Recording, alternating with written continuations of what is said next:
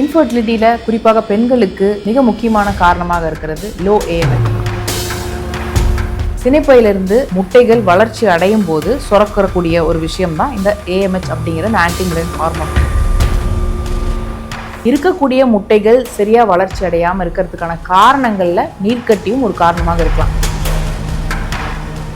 உங்களுக்கு ovary still remains 2.8 சென்டிமீட்டராக இருக்குது அப்படின்னா டெஃபினட்டா உங்களுக்கு இருக்கக்கூடிய முட்டைகள் இன்ஆக்டிவா இருக்கு. விட்டமின் டி இன்க்ரீஸ் பண்ணுங்க, கர்ப்பைக்கும் சினைப்பைக்கும் ரத்த ஓட்டம் போற அளவுக்கு ஸ்குவாட்ஸ் பண்ணுங்க. ஸோ ஓரிரு மாதங்கள்லேயே நீங்கள் அடுத்தடுத்து ஏஎம்ஹெச் செக் பண்ணும்போது உங்களுக்கு இன்க்ரீஸ் எத்னிக் ஹெல்த் கேர். வணக்கம், நான் doctor Yogothiya from ethnic health care. Female ஃபர்டிலிட்டியில் மிக முக்கியமாக காரணமாக இருக்கிறது அப்படின்னு பார்த்தீங்கன்னா low AMH. Especially late marriage பண்ணுறவங்களுக்கு இந்த லோ ஏஎம்ஹெச் இருக்குது அப்படின்னாவே அவங்க வந்து டோனார் எக்குக்கு சஜஸ்ட் பண்ணுற மாதிரியான விஷயமாக இருக்குது. ஸோ எக்ஸாம்பிளுக்கு இந்த ஆன்டி முலேரியன் ஹார்மோன் அப்படின்னு என்னென்னு பார்த்தீங்கன்னா சினைப்பையிலிருந்து முட்டைகள் வளர்ச்சி அடையும் போது சுரக்கக்கூடிய ஒரு விஷயம் தான் இந்த ஏஎம்ஹெச் அப்படிங்கிற இந்த ஆன்டி முலேரியன் ஹார்மோன். பொதுவாக ஒரு முட்டை 0 சைஸ்லேருந்து 22 mm வரைக்கும் வளர்ந்து அதுக்கப்புறம் தான் ரப்சர் ஆகி எக்கு வெளியே தள்ளுது. பட் ஒரு முட்டை 0 சைஸ்லேருந்து 4 mm வளர்ற வரைக்கும் தான் அது வந்து ஏஎம்ஹெச் ப்ரொடியூஸ் பண்ண முடியும். 4 mm வளர வரைக்கும் தான் ஏஎம்ஹெச் ப்ரொடியூஸ் பண்ணுது. அப்போ யாருக்கெல்லாம் லோ ஏஎம்ஹெச் இருக்கோ என்ன அர்த்தம்னு பார்த்தீங்கன்னா இருக்கக்கூடிய முட்டைகள் 4 mm கூட வளர்ச்சி அடையிறது இல்லை, அதனால லோ ஏஎம்ஹெச் வரதுக்கான வாய்ப்புகள் இருக்கு. ஸோ ஏஎம்ஹெச் கம்மியாக இருந்ததுன்னா உடனே முட்டையே இல்லைன்னு அர்த்தம் கிடையாது. ஸோ பிசிஓடி கண்டிஷன்ல ஏற்கனவே வளர்ந்த முட்டை முத்து முத்தா நிற்கிறதுனால அடுத்தடுத்து முட்டைகள் வளர்ச்சி அடையாமையும் இந்த ஏஎம்ஹெச் வந்து குறைவாக காணப்படலாம். அடுத்து low vitamin D. So vitamin D வந்து கம்மியாக இருக்கக்கூடிய ஒரு நிலையிலையும் அவங்களுக்கு வந்து இந்த ஏஎம்ஹெச் வந்து ரொம்ப கம்மியாக இருக்கிறதுக்கான வாய்ப்புகள் இருக்கு. அப்புறம் செடென்டரி லைஃப் ஸ்டைல், இப்போ உட்காந்துக்கிட்டே வேலை செய்யக்கூடிய ஒரு விஷயமாக தான் பெண்களுமே ஆயிட்டாங்க. ஸோ ஃபர்ஸ்ட்லாம் ஆக்டிவாக இருக்கக்கூடியவங்க இப்போ இன்னைக்கு எல்லாமே laptop, night shift, work from ஹோம்னு ஆயிட்டதுனால உட்காந்துட்டே இருக்கும்போது கர்ப்பப்பைக்கும் சினைப்பைக்கும் ப்ராப்பராக ரத்த ஓட்டம் போகாத ஒரு நிலையில் அவங்களுக்கு வந்து முட்டைகள் வந்து ப்ராப்பராக குவாலிட்டி டெவலப் ஆகி ரப்சர் ஆகிறது இல்லை. அப்போ அதனாலையும் லோ ஏஎம்ஹெச் இருக்கலாம். ஸோ ஏஎம்ஹெச் கம்மியாக இருந்ததுன்னா உடனே முட்டை இல்லை வேற ஒரு பிரிண்ட் தான் போய் முட்டை வாங்கணும் அவசியம் கிடையாது. அடுத்து உங்களோட அல்ட்ராசவுண்ட் ஹோல் அப்டமன் ஸ்கேனில் உங்களோட ஓவரி சைஸை செக் பண்ணுங்க. ஸோ ஓவரி வந்து அப்ராக்சிமேட்டாக ஆவரேஜாக 2.8 சென்டிமீட்டர் இருக்கு அப்படின்னா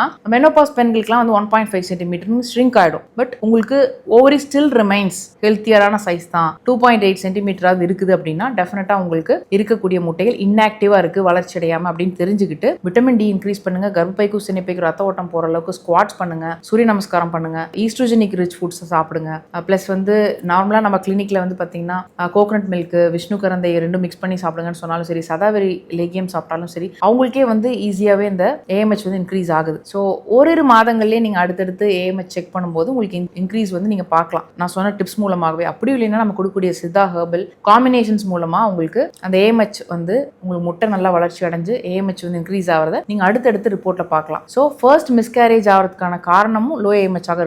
ஆனால் யூஸ்வலாகவே ஒரு ப்ரெக்னன்சி வந்து ஹெல்த்தியாக இருக்கணும் அப்படின்னா குவாலிட்டி ஆஃப் த எக் முக்கியம். ஸோ ஏஎம்ஹெச்சே ப்ராப்பராக ப்ரொடியூஸ் ஆகாத ஒரு எக் வந்து குவாலிட்டி இல்லைன்னு அர்த்தம். அப்போ அது போய் உங்களுக்கு கன்சீவ் ஆகும்போது சமயத்தில் மிஸ்கேரேஜ் ஆச்சு அப்படின்னா நீங்கள் இமீடியட்டாக உங்களோட எண்டோமெட்ரியம் திக்னஸும் செக் பண்ணுங்க, லோ ஏஎம்ஹெச் செக் பண்ணுங்க. ஏன்னா லோ ஏஎம்ஹெச் இருக்கிறவங்களுக்கு ஆல்மோஸ்ட் பேரலாக எண்டோமெட்ரியம் திக்னஸும் கம்மியாக இருக்குது. அப்போ எண்டோமெட்ரியம்ங்கிறது கர்ப்படைய உள்சுவர் ரொம்ப மெலிசா இருந்தால் குழந்தை ஒட்டிட்டு வராமல் அதுவும் வெளியே வரதுக்கான காரணம். இது ரெண்டுமே இருக்கும்போது ப்ரெக்னன்சி ரொம்ப சேலஞ்சிங்காக இருக்கிறதுனால இது ரெண்டையுமே நீங்கள் ட்ரீட் பண்ணிட்டு அடுத்தடுத்து நீங்கள் கன்சீவ் ஆக ட்ரை பண்ணிங்கன்னா ஈஸியாகவே வந்து சக்ஸஸ் ஆகும். மிகச்சிறந்த சித்த மருத்துவம், சித்த மருத்துவம், சிவன் வழி வந்த மிகச்சிறந்த சித்த மருத்துவம், சித்த மருத்துவம் இன்று உலக மக்களுக்கு கிடைக்கவே யோக சித்தி பெற்று தந்த சித்தர்களே பல ஓலைச்சுவடிகளை படைத்தனரோ படைத்தனரோ.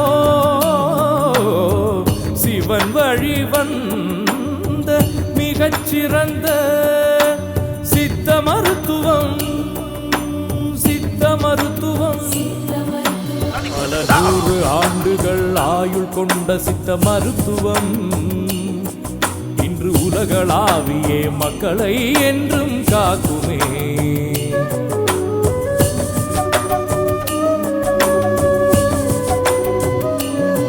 பல 100 ஆண்டுகள் ஆயுள் கொண்ட சித்த மருத்துவம் இன்று உலகளாவியே மக்களை என்றும் காக்குமே. தமிழ் மருந்தை உண்போர்